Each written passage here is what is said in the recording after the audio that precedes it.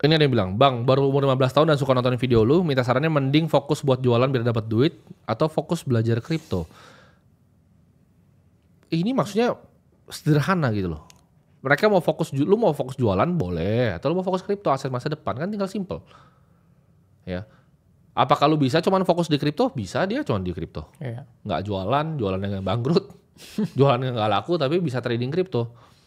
Itu dua skill set yang berbeda menurut gua. Dan yang menurut gua yang lebih cepat sekarang ya lu fokus aja satu hal gitu. Ya. Fokus kripto ya fokus kripto, lu gak usah kerjain yang lain. Gimana menurut lu? Ya setuju. Endingnya juga orang kalau fokus ke satu hal tuh nggak mungkin ada satu hari di mana dia itu nggak beruntung. Orang tuh kadang berpikir selalu tentang, wah saya nggak jago nih di bidang ini. Jawabannya kamu kurang lama mencoba. Betul. Kalau kamu ini orang yang paling bodoh, orang paling nggak ngerti apapun, nggak mungkin kamu miss ya di kripto sampai 3 cycle, 1-2 bulan itu bulan terbaik, kamu nggak mungkin nggak positioning apapun di situ karena ada banyak bulannya. Iya. Ya, kita ngomong 3 siklus ya 12-an tahun, 10-an tahun. Iya. Ya. Terus habis itu nggak mungkin dari 10 tahun itu kamu kali 12 bulan.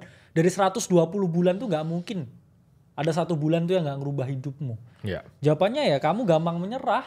Iya. Dan gampang membandingkan diri dengan orang, oh nggak cocok. Iya, betul. Kamu nggak pernah mencoba lebih lama aja jawabannya. Betul. Tapi jangan udah lama nggak belajar ya. Contohnya misalnya orang bilang, oh dia uji Bitcoin tapi rumahnya jelek, itu malu. Lu ngibul, lu cuma beli Bitcoin sekali terus lu tinggal buat main game kali lu beli Bitcoin. Iya, mungkin jangan oji-ojian lu, sok-sok udah lama lu katanya. Tahu Bitcoin tapi iya, tapi kok miskin lu? Ya buat gitu. Beli itu tembak di PB itu. Iya, buat beli tembak di PB itu. Oji. Iya, gue kadang ada lihat investor kripto katanya, oh gue Oji nih udah lama nih di kripto, kok masih miskin lu? Itu pertanyaan sederhana. Ya, kalau udah lama di kripto ya kaya lah. Kalau udah sama kan, kayak gue udah lama lu bisa bilang gue udah lama di properti, tapi lu cuma sales gitu anjing. Ya lu lama di properti, tapi miskin. Enggak bilang gua lu bukan developer hebat. Enggak, gue bilang gini, gue pemain properti lama gitu.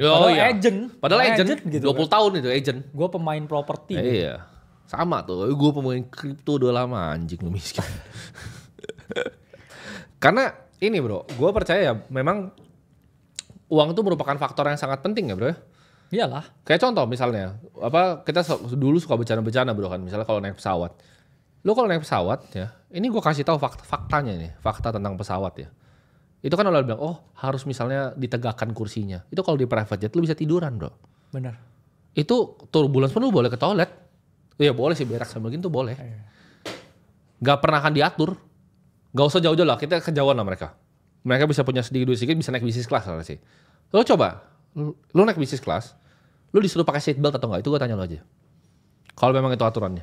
Terus coba lu sandarin belakang ini kan.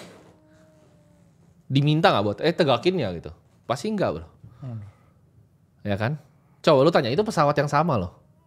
Kan berarti lu semua dikerjain atau apa kan? Ada yang bilang, oh tapi gue ada kemarin gue sempat lihat bahwa ada kasus viral. Apalagi tuh? Ada kasus viral di mana dia ada orang ya, anaknya sempat meninggal karena nggak ditangani dengan baik. Dia bilang kalau misalnya dia kaya itu dilayani dengan baik pasti. Memang betul dia. Ini gue nggak membenarkan pihak rumah sakitnya ya, karena itu pasti ada salah ya dalam kasus itu, dan gue nggak mendalami kasusnya. Tapi yang dia ngomong tuh benar. Dia demo dan dia orasi seperti ini. Dia sendiri di demo dia bilang, ini karena saya hanya orang miskin, makanya ini terjadi sama saya. Kalau saya adalah orang yang kaya, mereka pasti nyembah saya. Dia betul. Itu menurut gue juga bukan orang yang bodoh bro, dia paham konsepnya. Cuman kan pertanyaannya kalau gitu, harusnya semua orang jadi kaya dong. Atau semua orang harusnya mau untuk menjadi kaya. Tapi kan gak semua orang bisa. Gitu. Dan menurut gue kalau lu sekedar jadi kaya dengan apapun bidang ya, mau kripto, lu mau jualan, terserah. Lu akan menikmati hidup yang jauh lebih enak dibanding lu jadi miskin bro. Ya kan? Even ke keluarga segala macam. Gimana kalau menurut lu? Ya siapa sih bro sebenarnya orang mau saya ngomong kekurangan. Tapi kan ada yang memproteksi dirinya dengan bilang, oh dia tuh misalnya dia sukanya belajar gitu kan. Dia suka belajar tentang politik terus mau hidup miskin tuh ada. Itu cacat biasanya pikirannya. Iya, banyak bro. Karena secara alami manusia itu gak ada yang mau hidup kekurangan bro. Itu sebenarnya dari dulu ya. Jadi saya gak pernah lihat loh orang yang kayak gak mau hidup berkecukupan. Kecuali mereka ini sebenarnya udah kalah di hidup. Terus cari justifikasi bahwa saya happy kok seperti ini. Iya benar. ya happy tapi matanya nggak kelihatan happy ya. Udah mau nangis gitu, makanya saya happy kok. Saya happy di KR. Bener, tapi Saya happy naik ekonomi tegak. ya matanya merah gitu ya, sambil merah. Jadi janganlah ya. Bener. Kita memiliki pemikiran bahwa saya nggak bilang ya semua orang tuh harus hidup berlebihan ya, tapi berkecukupan. Iya. Tapi kita jangan kayak settle for less. Bener. Dalam artian kita tuh kalau kita paksa, kita tuh pasti bisa, dan apapun di dunia ini kita tuh selalu punya pilihan. Apapun itu. Jangan menjadi orang yang berkata bahwa wah saya ini hidup seperti ini karena saya tuh harus ngehidupin keluarga saya nggak bisa kemana-mana. Saya tuh setiap hari ya harus kayak ngurusin keluarga. Selalu ada pilihan. Betul. Ya mungkin kita bisa pilihan ya kita pergi dan kita ya cari uang yang banyak supaya kehidupnya keluarga jadi lebih baik, kan bisa juga. Bisa juga, bener bro. Tapi orang selalu bilang kayak, oh ini nggak ada pilihan, saya harus menjaga keluarga saya. Jawabannya ya pilihannya kamu mau seperti itu.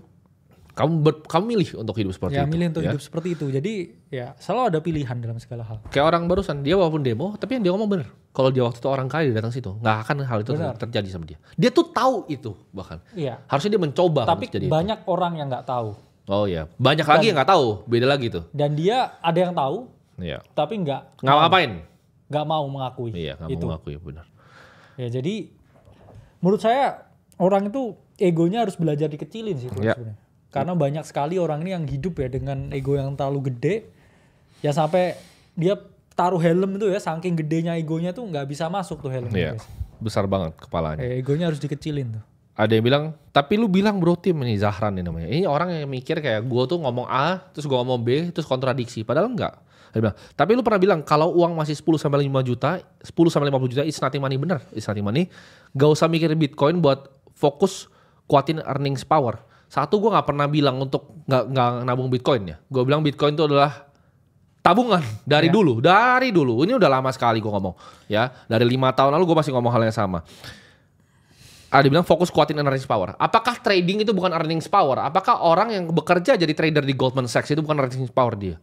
Iya. Otak lu monyet gitu kan. Kayak lu mikir ini apa kayak wah ini hitam. Ini hitam gitu. Ini putih. Ini putih. Goblok kan. Dahran itu. Iya. Trading itu adalah sebuah aktivitas yang lu lakukan secara aktif. Lu ngeliat chart, lu ambil posisi, lu tutup posisi. Yes. Itu ada profesinya itu teman-teman. Ya. Lu kalau cari trader ada di JP Morgan tuh ada trader ya. Di sekuritas juga ada trader. Di asset management tuh ada trader. Itu profesi teman-teman. Itu profesi yang bahkan bukan duit lu sendiri lu masukin. Lu bisa duitnya orang, lu digaji nih sama bank untuk lu trading tuh ada. Di Goldman Sachs tuh ada divisi floor tradernya teman-teman. Itu profesi. Gitu loh. Bukan kayak oh itu lu cuma diem nangkring-nangkring ya lu kayak tadi bro kakak. Hajar di situ di price entry ETH tadi 2.000 ya udah bye bye. Dapat duit nggak? Dapat. Semua yang di dalam kita dapat duit nggak? Dapat. Ya. Orang kayak lu yang masih bingung, oh ini apa fokusnya kemana ya? Itu goblok. Karena lu nggak take action. Orang kaya tuh selalu take actionnya cepat bro. Dia lihat apa? Dia take action. Dia lihat apa? Dia take action.